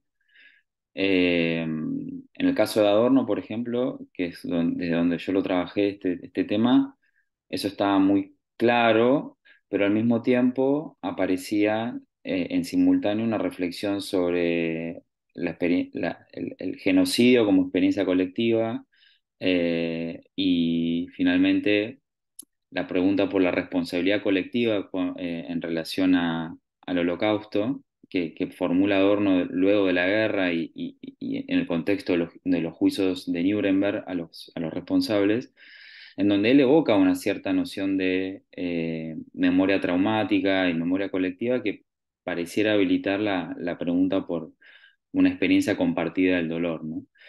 Entonces, no, formulándolo desde el punto de vista de Honet, eso no sé cómo vos lo trabajás o lo pensás. Y después, digo, tal vez, y ahora respondo algo mínimo, ¿no? Pero tal vez la idea del agravio moral como una experiencia grupal, ¿no? Finalmente, de una forma, de una negación, de un reconocimiento de una identidad que es colectiva, podría ser como una respuesta posible, ¿no? Decime si esto es cierto. Y la última pregunta o comentario que te hago es, a raíz de también, podríamos decir, como las críticas que suscitó Jonet en no en sus, perspectivas que son ajenas a la teoría crítica, sino preguntarte o consultarte si estás un poco al tanto o si te interesa las críticas al interior de la teoría crítica que pudo suscitar la identificación de esta recuperación de la filosofía del derecho de Hegel y finalmente la centralidad que le otorga Honneth a el derecho, a la institucionalidad jurídica en su concepto de subjetividad e incluso en su concepto de emancipación. No quiero decir libertad, pero en su concepto de emancipación, ¿no? Desde ya que eso, de vuelta, trayéndolo a América Latina, Chile y Argentina, no tiene mucha relevancia política, ¿no? Pero digamos así que, por lo menos en términos teóricos, hay como una identificación muy fuerte y un compromiso muy fuerte con una idea de institucionalidad, o sea, la idea de el derecho como la libertad realizada, como aparece en Hegel, ¿no? Y como el punto de fuga que puede aparecer sobre, bueno, ese concepto de libertad realizada no tiene el riesgo de como inhibir una mirada crítica que ponga también, que pueda incluso criticar como aspectos de un modelo de una institucionalidad perfecta, como la que uno podría asumir en el ideal del estado de bienestar o en el ideal de derechos sociales plenamente garantizados, ¿no? Eh, no sé si se termina de entender, pero bueno, ¿qué lo diferencia a Hornet del comunitarismo, por ejemplo, ¿no? Porque a él le interesó esa discusión, ¿no? Entre comunitaristas y liberales, entonces, a veces escuchándote a vos, me da la sensación de que la perspectiva de Hornet podría ser leída de una estela más comunitarista y a contrapelo de como cierta herencia liberal que todavía persiste en Honen, ¿no? Solo que bueno, que sabemos que también el comunitarismo fue motivo de una crítica muy fuerte por cierta tendencia conservadora que podía llegar a tener o cierta dificultad para pensar prácticas transformadoras o las transformaciones de las tradiciones o incluso el distanciamiento de una forma comunitaria de vida por no sé, su carácter represivo, disciplinador, etcétera. Bueno, hasta ahí entonces comentarios y preguntas o reflexiones que me suscitaron tu presentación que me pareció como brillante y muy sólida. Y bueno, no sé si los chicos quieren hacer algún comentario más. Y, eh, A ver, buenas. ¿Qué tal? Camilo, hola Agustín, hola Juan Pablo, antes no me presenté, soy Juan, soy compañero acá de los presentes. No sé, yo llegué más tarde, Juan Pablo, te ofrezco si no la palabra primero. Bueno, gracias. No, yo pido la palabra muy en línea con lo que planteó Agustín. Algunas cosas que empezó a mencionar Agustín me dieron un poco pie a algún tipo de pregunta o cuestión que me surgió a partir de la exposición, que me pareció que concuerdo con lo que se mencionó, que estuvo muy, no sé, muy sólida. Concuerdo con brillante también como calificativo. Y por eso, no sé, me animo a sumarme a esta estela de preguntas más de orden personal. O sea, esto, insisto, con qué me suscitó la escucha. También me interesó, a ver, en principio, también me interesó mucho el concepto de sufrimiento social. En un momento mencionaste al inicio una experiencia de remordimiento y no sé si en el devenir de la exposición, si eso volvió a aparecer, quizás yo no lo logré percibir, pero no sé si tenés alguna línea que vaya en ese sentido, porque no sé, a mí un poco la intención de la tercera generación de ir hacia experiencias concretas, ¿no? Me parece que nutrió mucho la sociología, que es mi disciplina. Entonces, bueno, ir a buscar experiencias de remordimiento como quizás manifestaciones de sufrimiento social, no sé, es una práctica valiosa. Cualquier línea que se pueda extender en este sentido, yo lo agradezco muchísimo. Eh, y también en esta línea de una pregunta muy general es que, o sea, ¿qué entendés por libertad? O sea, eso también se me perdió un poco, como un concepto fuerte, a ver, porque es un concepto que claramente nos atraviesa, quienes más o menos integramos esta escuela teórica, no sé, su vínculo con algún criterio normativo, digamos. pero insisto, también es una línea que me interesa a mí muy personalmente y cuando hay ocasión de dialogarla, eh, tiro esta pregunta que soy consciente de que su carácter es muy general. Eh, Bien, no, creo que hasta ahí, así no demoro mucho en la palabra. Agradezco muchísimo el espacio y la escucha, un honor. Bueno, y muchísimas gracias por cualquier eventual respuesta. Bueno, ¿les parece que yo también tengo alguna preguntita, pero quieren que la haga ahora? Eh, Camilo, ¿qué preferís? ¿Querés responder o sumamos una más? Quizás respondo, o a menos que sea como en la misma línea, como para sumarlo, sí, más o menos. Hay una que va en la misma línea. Si querés, como que ya la Hay más de una, extiendo. más de una. ya. Eh, un poco en lo que venía diciendo Agustín, ¿no? O sea, también tengo otra pregunta, pero de última te la hago después, que va más directo a tu presentación. Pero me preguntaba más que nada sobre el marco jonetiano, el reconocimiento que vos retomás y recuperás para proponer tu propia visión, en este caso de los derechos sociales, ¿no? Porque entiendo yo que hay, en la teoría de Honet, del reconocimiento, por momentos una cierta dicotomía, ¿no? Entre la positividad que brinda el reconocimiento y la negatividad del menosprecio, ¿no? En este caso, el reconocimiento vendría siempre a ser una forma de subsanar el menosprecio o una forma de corregir esa negatividad de las injusticias sociales, ¿no? Entonces yo me preguntaba, o te quería preguntar particularmente a vos, Camilo, ¿qué pensás de esto? Si para vos podría haber algo así como una forma institucional de reconocimiento que implique en sí misma un menosprecio, ¿no? O un tipo de vulneración que termine dañando eh, la experiencia de autopercepción del sujeto o que inclusive le genere esto, ¿no? Algún tipo de sufrimiento. Y acá me agarro, por ejemplo, se puede pensar la cuestión de reconocimiento también desde otros autores o autoras como Judith Butler, en la cual el reconocimiento se deja ver como con un funcionamiento simultáneo entre una forma positiva y una forma negativa, si se quiere. O sea que al mismo tiempo que garantiza cierta supervivencia social, también puede igualar demasiado a veces la singularidad de algunas diferencias, ¿no? Entiendo igualmente que tu propuesta y tu énfasis está enmarcado en una intención de intervenir en el contexto chileno, ¿no? Que le da una fuerza tremenda a tu trabajo y además en una discusión teórica abierta con Hayek y con Rawls. Pero igualmente dejo la pregunta y te agradezco de nuevo también como Juan y como Agustín por la exposición que fue brillantísima. Así que gracias. Bueno, ahora sí, Camilo, si querés, ahí ya hay tres. Perfecto. Bueno, muchas gracias por las preguntas, los comentarios, muy sustantivos todos. Así que voy a intentar articular como un argumento, ¿cierto? Que quizás conectando distintos puntos, ¿ya? Eh, sí, creo que algo bien importante y para mí fue interesante mirar este trabajo porque lo escribí hace un tiempo, ¿cierto? Como, eh, hoy día estoy investigando sobre todo como más en la línea de lo último que mencioné, ¿cierto? Que tiene que ver con experiencias de libertad o privaciones de libertad social en torno a la familia, ¿cierto? Las prácticas familiares, etcétera. ¿Ya?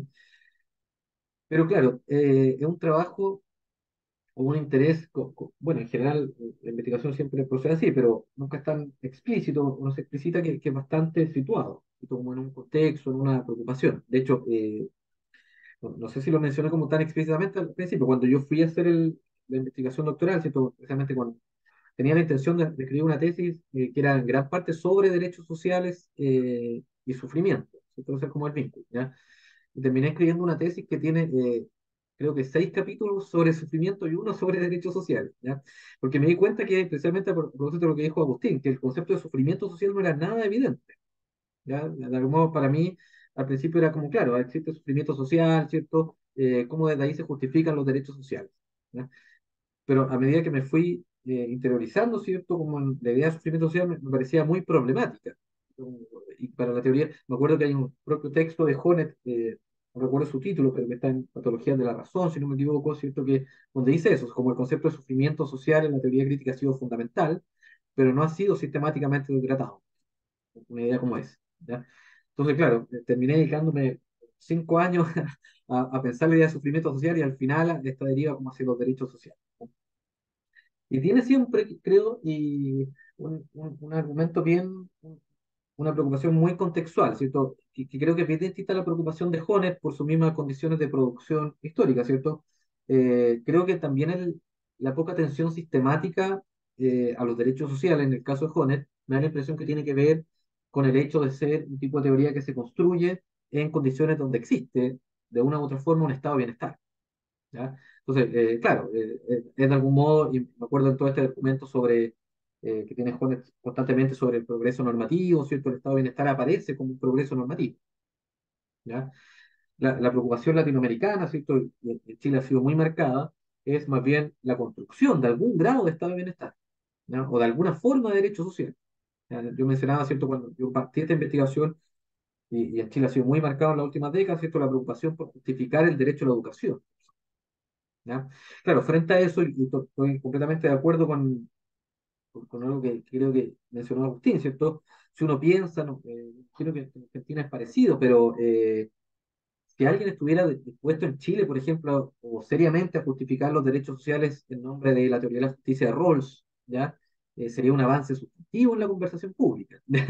O sea, claro, la impresión es que Rawls, por ejemplo, acá en Chile sería tratado como o es tratado como alguien que está muy a la izquierda, muy radical, ¿cierto?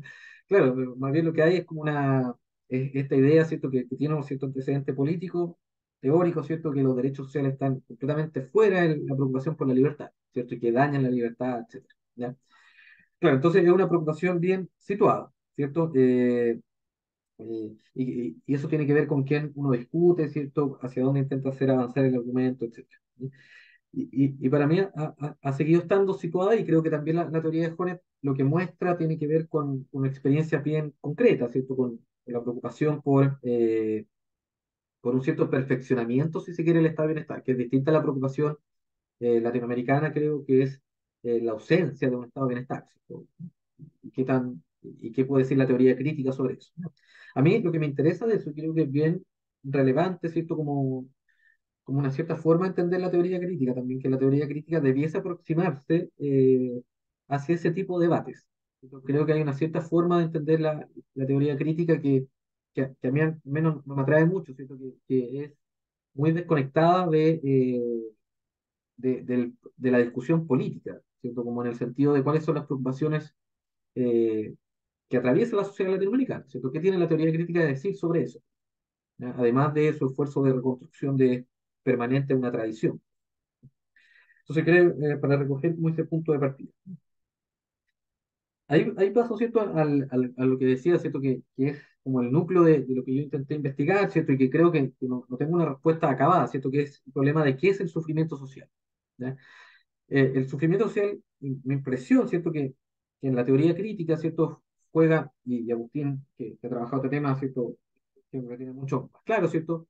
Un concepto muy central, incluso en términos epistemológicos, ¿cierto? En la teoría de Adorno, ¿cierto? No es solamente un objeto de estudio, ¿cierto? De algún modo define el interés epistemológico de la teoría crítica, ¿cierto? Como la idea de sufrimiento social, el lugar desde el cual habla la teoría crítica. Mi impresión, ¿cierto? De algún modo lo que yo fui pensando es que una forma de intentar aproximarse como a qué sería el sufrimiento social es intentar ir descartando opciones, ¿ya? Como otras formas de entender, ¿cierto? Que creo que no son propias de la teoría crítica. Uno es, ¿cierto?, tratar el sufrimiento social de una manera, digamos, radicalmente psicologizante, si se quiere, ¿ya? Siento que creo que es como uno de los riesgos que hay con el concepto de sufrimiento social, ¿cierto? Me acuerdo que una de las críticas que hace Nancy Fraser, ¿cierto?, en el debate con Jones es esa, ¿cierto? De algún modo, si no disuelve la teoría crítica en una suerte de psicología, ¿ya? De modo que para hablar de sufrimiento social tendríamos que hablar siempre de un daño psicológico o una patología psicológica, etcétera, ¿ya? Creo que la teoría crítica intenta distanciarse siempre de eso en la medida en que el concepto de sufrimiento social funciona para describir sufrimientos cotidianos, ¿cierto? Rutinarios. ¿Ya? No funciona para describir necesariamente, ¿cierto? O exclusivamente patologías que pueda diagnosticar la psicología. ¿Ya? De hecho, quizás la forma más interesante de sufrimiento social son aquellas, para la teoría crítica, ¿cierto? invisibles para los propios sujetos, como, como ese problema ideológico. ¿Ya? Ahora bien, ¿cierto? La gran preocupación, y creo que esta es una preocupación también, yo soy sociólogo, entonces también tenía mucho esa preocupación, que es por lo social del sufrimiento. Entonces, ¿cuándo podemos decir que un sufrimiento puede ser calificado como social? ¿Ya? Ahí también yo creo que hay distintas aproximaciones. Por ejemplo, hay toda una aproximación que entiende que los sufrimientos sociales son aquellos que resuenan en la sociedad, ¿cierto? Que se instalan de algún modo como patologías sociales porque son masivos. ¿Ya? Por ejemplo, hay toda una literatura ahí, ¿cierto?, que ha abordado mucho en el último tiempo, ¿cierto?, la depresión, por ejemplo, como un sufrimiento social de esta época. ¿Ya? ¿Cierto? En la medida en que pareciera ser un sufrimiento que afecta a una población importante, ¿cierto?, y que una patología creciente. ¿Ya? Creo que eso está en tensión con una cierta idea de la teoría crítica que creo que es muy interesante en el caso de Jones, ¿cierto?, que es que el sufrimiento puede ser, de algún modo, mi impresión es que cuando Jones habla de sufrimiento social, piensa que un sufrimiento es social, no es porque es potencialmente grupal, porque puede ser colectivizado, ¿ya? Y por ende puede desencadenar luchas por el reconocimiento, ¿ya? Pero hay formas de sufrimiento social que son profundamente individuales, ¿cierto? Que son singularizadas, ¿ya? ¿Cierto? Si uno piensa, no sé, a diferencia de la depresión, por ejemplo, en el desempleo, pues, ¿ya? El desempleo puede ser una forma de sufrimiento social y no necesariamente porque puede ser un fenómeno masivo o no, ¿ya? Pero genera, ¿cierto?, desde la teoría del reconocimiento, un daño en la autoestima, ¿cierto?, en la valoración de sí mismo, etc. ¿Ya? Entonces, mi impresión es que la teoría crítica tiene, o una de las formas de entender, es que el sufrimiento social es un sufrimiento causado socialmente, ¿cierto?, que tiene una cierta resonancia en los individuos, una cierta expresión en los individuos, ¿ya?, pero que no necesariamente, ¿cierto?, se expresa como demanda colectiva. ¿No es cierto? Como que ahí hay un paso que es siguiente, que es el paso a la lucha por el reconocimiento, viejo. ¿Cierto? El desempleo no necesariamente se expresa, por ejemplo, como una demanda o un movimiento social de los desempleados, ¿ya? Pero existe como sufrimiento social. Yo diría entonces que la idea de sufrimiento social, o al menos como yo la entendía, ¿cierto?, era que son sufrimientos que tienen una expresión en la subjetividad, ¿ya?, pero que uno podría rastrear sus causas sociales, ¿cierto?, como es una dimensión explicativa en la sociedad, ¿cierto? Para decir eso como primera aproximación, ¿ya? Paso ahí, ¿cierto?, como a- al tercer punto voy a intentar agrupar, ¿cierto?, a lo que dijeron también Juan Pablo y Juan, ¿cierto?, que tiene que ver con el problema de las instituciones, ¿cierto?, de la lectura que hace Jóvenes de la filosofía del derecho, ¿cierto?, por introducir como los términos que dijo Agustín, ¿cierto? Yo creo que hay una tensión que el mismo Jóvenes creo que la ha identificado alguna vez, ¿cierto?, que es qué tan institucionalista, ¿cierto?, es su teoría de la justicia, ¿ya? Y que tiene que ver con, que en el fondo replica, creo, la lectura en torno a la filosofía del derecho de Hegel, ¿cierto? ¿Qué tan conservador es Hegel? ¿Ya? De algún modo, la división entre hegelianos de derecha, si se quiere, y hegelianos de izquierda, ¿ya? Si de algún modo la filosofía del derecho describe un modelo, como dijo cierto Agustín, cierto, de libertad de realizada, ¿ya? O la filosofía del derecho describe una libertad siempre en conflicto consigo misma, ¿ya? Y por ende, ¿cierto?, potencialmente realizable de otra manera, ¿ya? Me da la impresión que Jones tiene en distintos momentos de su obra una tensión con esas dos descripciones, ¿cierto? A mí me interesa particularmente, creo que la dimensión más productiva, y por eso llevé como el argumento hacia el caso de la familia o esa dimensión, es donde precisamente el reconocimiento se muestra siempre de una manera radicalmente incompleta, como una libertad nunca realizada del todo. ¿Ya? Yo creo que eso es particularmente claro, a diferencia cuando uno piensa en los derechos, ¿ya? Cuando uno piensa en el reconocimiento en torno al principio del amor, ¿ya? Esto que para Hegel es bien importante, ¿cierto? En la filosofía del derecho, eh, el amor, ¿cierto?, es el núcleo de toda la eticidad. Entonces, de algún modo, donde está en el núcleo del problema de la libertad, ¿ya? Bueno, y no es, bueno, no es necesario ser Hegel para darse cuenta que el amor siempre es bien una práctica bastante fallida, ¿cierto? Nadie tiene una relación amorosa, ¿cierto? Sea de pareja, con los padres, con los hijos, ¿cierto? Que uno puede decir de plenitud permanente. ¿Ya? Más bien es una práctica de lucha por el reconocimiento, de algún modo de afirmación de libertad, de pérdida de libertad, ¿cierto? De libertad constantemente cuestionada y reafirmada. ¿Ya? Mi impresión, ¿cierto? Es que cuando uno mira desde ahí la teoría de Hobbes, ¿cierto? Si se toma en serio esta idea de que el amor, ¿cierto? Puede ser una clave para pensar qué es la libertad, ¿cierto? Puede pensar que hay siempre un potencial de emancipación. ¿Ya? Para mí es mucho más claro cuando uno entra desde ahí a la teoría de Hobbes que cuando entra desde el lugar del Estado. ¿Ya? Como esta dimensión, si se quiere, eh, de una libertad que siempre es realizada, pero siempre es fragmentaria, siempre es posible de realizar de otra manera, etc. Y ahí yo situaría como un potencial de emancipación, siempre en las formas de reconocimiento. ¿Ya? Y creo que eso tiene que ver también con el concepto de libertad, ¿cierto? Algo que preguntaba Juan, creo, ¿cierto? Que creo que en la teoría del reconocimiento, en la teoría crítica, aparece un énfasis siempre en pensar la libertad, diría, a partir de un cierto concepto que implica pensar al mismo tiempo las luchas por la emancipación. ¿Ya? Es decir, la historia de la libertad es la historia, si se quiere, de las luchas por la liberación, independiente en qué ámbito sea. ¿Ya? Creo que esa es como una herencia eh, marxista, ¿cierto? Marxista hegeliana. ¿No? Y con eso, para cerrar como esta ronda, ¿cierto? Lo que preguntó Juan Pablo, ¿cierto? Que creo que es muy interesante, y como decía, existen formas institucionalizadas de menosprecio, ¿ya? Yo creo que eso era como una de las preocupaciones que yo tenía, como originalmente, en torno al problema de, de los derechos sociales, ¿ya? Precisamente porque creo que hay toda una literatura, al menos de lo que yo conozco, ¿cierto? Donde lo que se discute también es cómo algunas formas en que el Estado provee bienes sociales, ¿cierto? En que el Estado garantiza necesidades sociales, pueden ser al mismo tiempo formas de menosprecio. ¿Ya? ¿Cierto? Por ejemplo, en Chile hay muchas investigaciones, ¿cierto? A propósito de este conflicto en torno al derecho a la educación.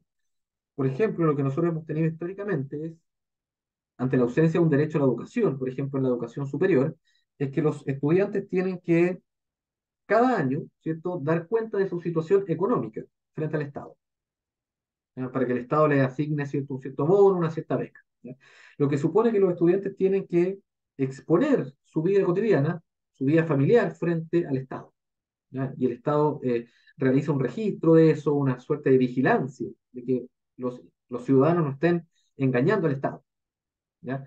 Entonces ahí tenemos una forma institucionalizada, si se quiere, de reconocimiento, ¿cierto? Pero que al mismo tiempo humilla a los ciudadanos. ¿Cierto? Que es la idea que tiene, recuerdo, Margalit, ¿cierto? Sobre la sociedad decente. Una sociedad es decente cuando las instituciones no humillan a los ciudadanos. ¿Ya? Mi impresión, ¿cierto?, es que en ese momento yo lo pensaba directamente con el derecho a la educación. ¿Cierto? Si el derecho a la educación se piensa como un derecho universal, ¿cierto?, frente al cual los ciudadanos no tienen que acreditar condiciones frente al Estado, quizás sería una forma menos posible de desarrollar prácticas de menosprecio. ¿Ya? ¿Por qué? Porque particularmente los individuos quedan liberados de esta necesidad de dar cuenta frente al Estado de que son dignos de recibir ayuda. ¿Ya? Entonces, claro, pero yo creo que interesante esa mirada, ¿cierto? Como de que no hay una oposición, creo yo, entre menosprecio y reconocimiento institucional, sino que las propias instituciones pueden reproducir prácticas de menosprecio. ¿Ya? Y las instituciones del Estado, pues. Eso comentaría por el momento. Sí, es súper interesante y yo tengo como una anécdota, pero digamos que incluso, o sea, porque ese es como el gran motivo de la crítica de la Escuela de Frankfurt a la vuelta, ¿no? De la guerra en Alemania y la reconstrucción, podríamos decir, como de la democracia en Alemania, vino de la mano también con un despliegue de un modelo de Estado de bienestar, que era un poco también el que tenía como cierta hegemonía a nivel internacional dentro del capitalismo, en donde, bueno, los niveles de igualdad social eran tal vez de los más altos que tuvo la historia del capitalismo, ¿no? Entonces, digamos como que tanto en la última etapa de la primera generación, Adorno, Horkheimer, como después en la en la primera parte de la obra de Habermas, hay una fuerte crítica del estado de bienestar, entendido como tal vez como un modelo, como el único modelo de estado posible, y desde ya que sin tener ningún tipo de registro de lo que podría de lo que podría significar su destrucción, ¿no? Entonces, es interesante como muchas de las críticas que nosotros por ahí reconocemos en la teoría crítica nacen de contextos sociales sumamente igualitarios, por lo menos en términos materiales y en términos de garantías constitucionales del Estado, ¿no?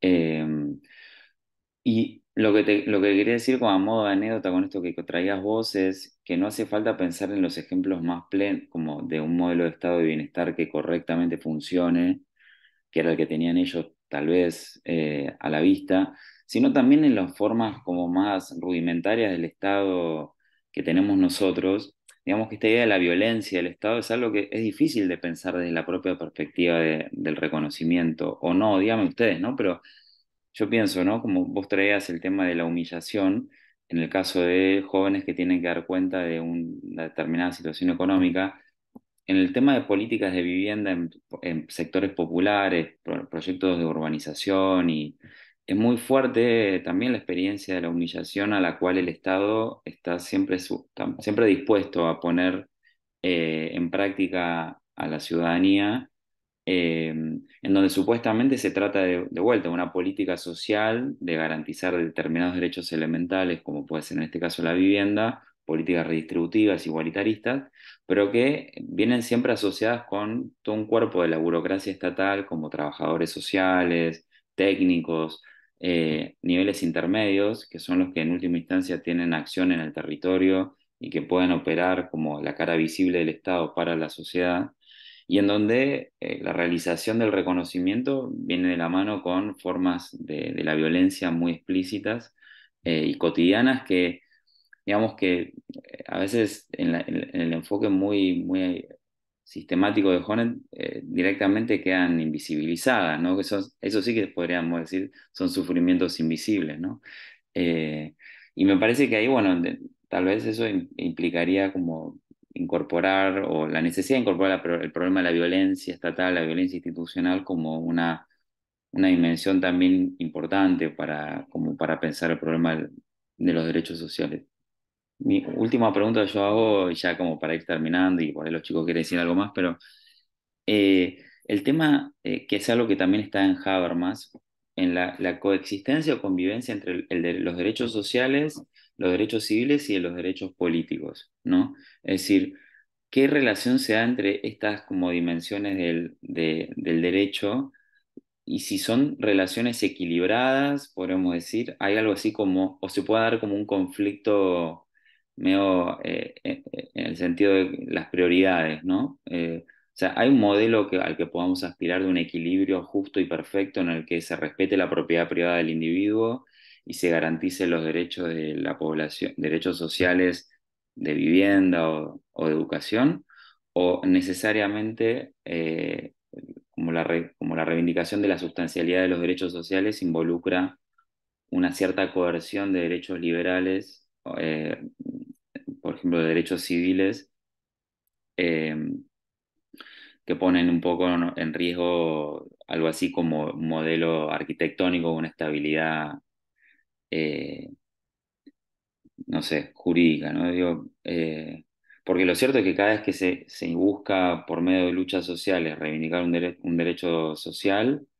eh, se formulan como justificaciones desde el derecho, del derecho liberal de propiedad para inhibir esas realizaciones, ¿no? Entonces, como que ahí de vuelta digo como más para tensionar con Honet, pero digamos como que finalmente la idea de la libertad social en el mercado, que puede estar en Polanyi o en Durkheim, no sé de dónde la vemos para poder pensar cómo operativamente funcionan los derechos sociales, ¿no? O sea, como hay algo ahí de la herencia socialista de los derechos sociales que necesariamente involucran un conflicto, ¿no? Como, digo esto trayéndolo con la facticidad y validez, porque por lo menos en el caso de Habermas, eso estaba como situado como un nervio, no diría trágico, pero como una contradicción difícil de resolver. La coexistencia, la convivencia en el derecho entre eh, liberalismo y republicanismo, ¿no? Como dos tradiciones teóricas que están fundamentando esos distintos conceptos de autonomía que vos mencionabas, ¿no? No sé si se entiende el comentario que hago, ¿no? Pero me da la sensación de que en tu énfasis en derechos sociales involucran en algún punto también una cierta crítica también de los derechos liberales, ¿no? Como que, o hay posibilidad de una suerte de reconciliación de eso.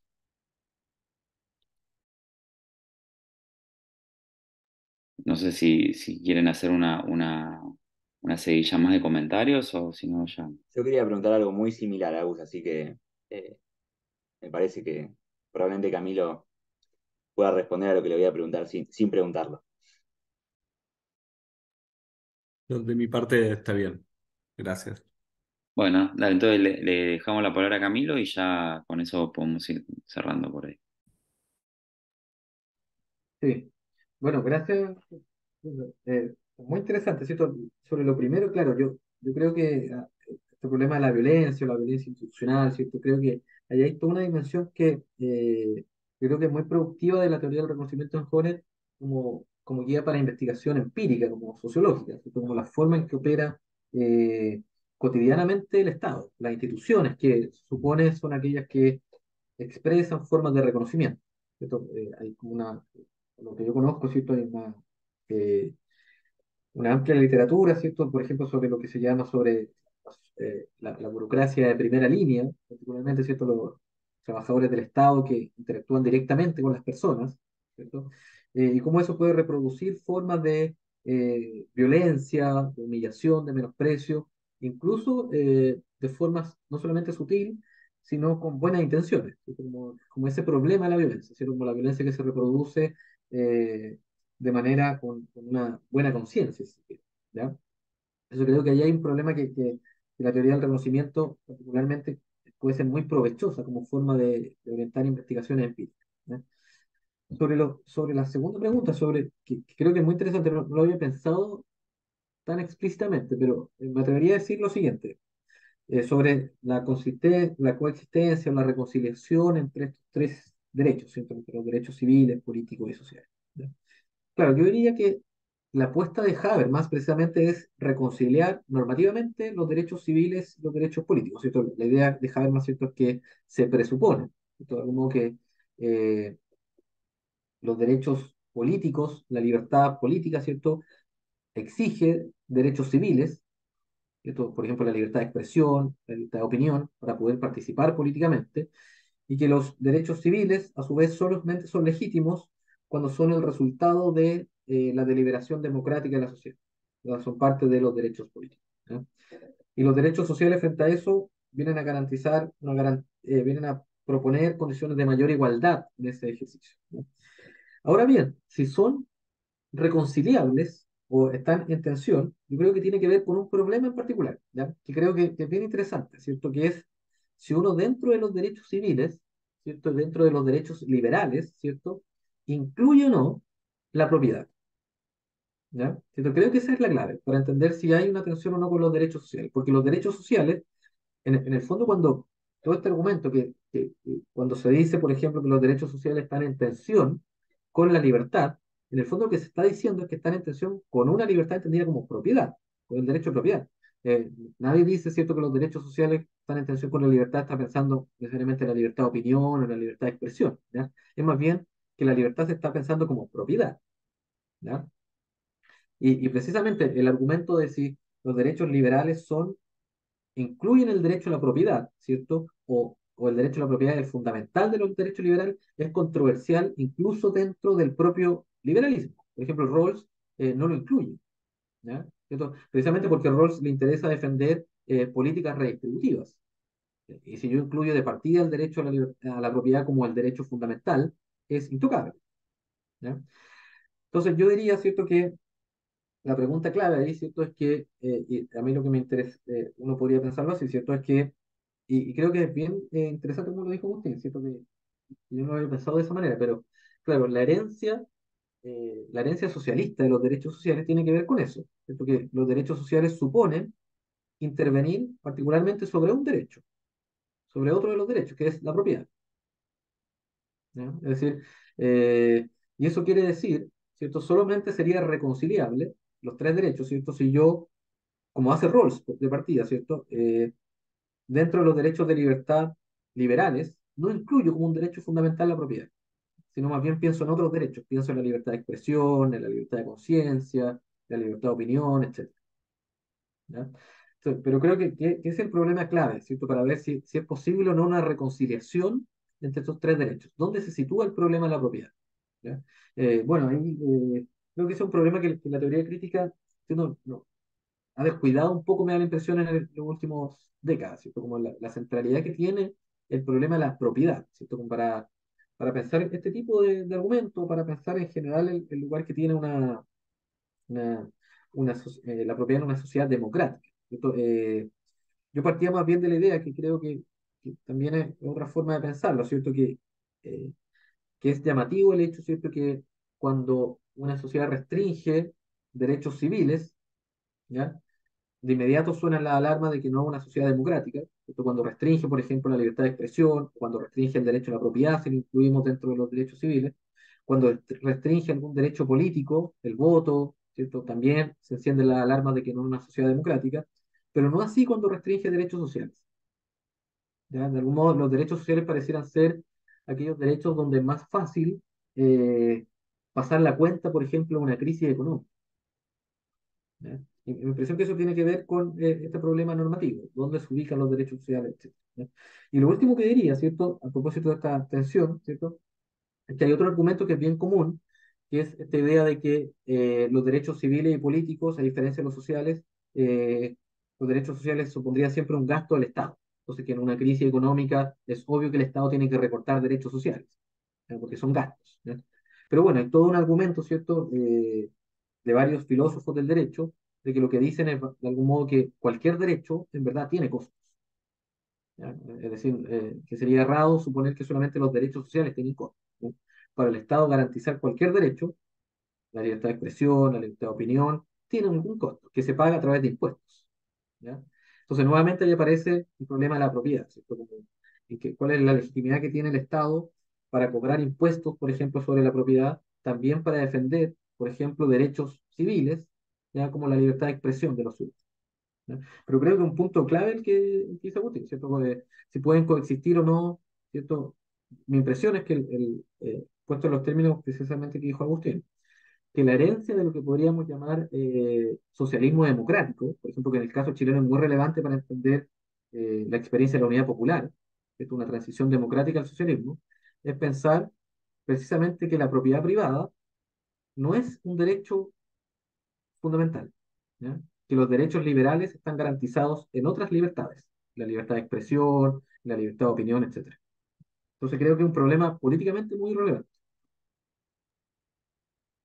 Bueno, nos quedamos con esas últimas palabras de Camilo. Gracias, Camilo, por tu presentación.